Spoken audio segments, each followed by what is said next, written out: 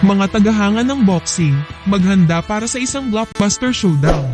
Makakalaban ni Mark Magnifico, Magsayo, ang walang takot na mandirigmang Pilipino, si Gervonta "Tank" Davis. Ang undefeated knockout artist, dalawang paputok na manlalaban, isang singsing.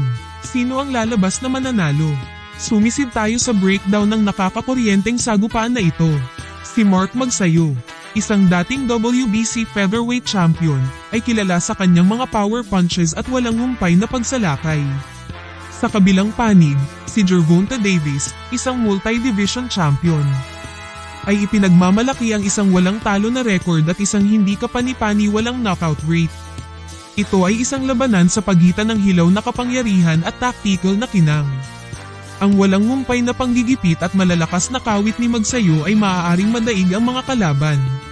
Gayunpaman, ang bilis, footwork, at kakayahang magtakda ng mga bitag ni Davis ay ginagawa siyang isang mapanganib na counterpuncher. Ito ay salungatan ng mga estilo na nangangako ng paputok. Pag-usapan natin ang diskarte. Para sa Magsayo, magsimula ng mabilis.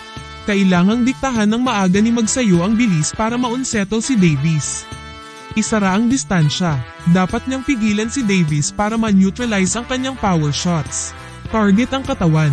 Ang pagsira sa paggalaw ni Davis ay maaaring makapagpabagal sa kanya sa mga susunod na round. Para kay Davis, manatiling pasensya. Si Davis ay mahusay sa pagbabasa ng mga kalaban at paghahanap ng mga bukas. Mabisang kontrahin. Gamitin ang pagsalakay ni Magsayo laban sa kanya. Piliin ang kanyang mga spot. Ang isang mahusay na oras na uppercut o counter ay maaaring ilipat ang laban sa kanyang pabor. Ang isang kritikal na salik ay ang kakayahan ni Magsayo na mapanatili ang kanyang pagsalakay ng hindi nahuhulog sa mga bitag ni Davis. Para kay Davis, lahat ito ay tungkol sa timing at katumpakan, mga katangiang pinagkadalubhasaan niya sa buong karera niya. Ang mga pusta ay hindi maaaring mas mataas.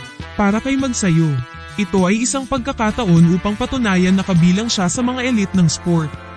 Para kay Davis, ito ay isa pang pagkakataon upang ipakita kung bakit siya ang isa sa mga pinakakinatatakutang manlalaban sa boxing ngayon. Ano sa palagay mo? Ang walang humpay na panggigipit ni Magsayo ay magdadala sa kanya sa tagumpay, o ang katumpakan at kapangyarihan ni Davis ay maghahari? Ipaalam sa amin ang iyong mga hula sa mga komento sa ibaba.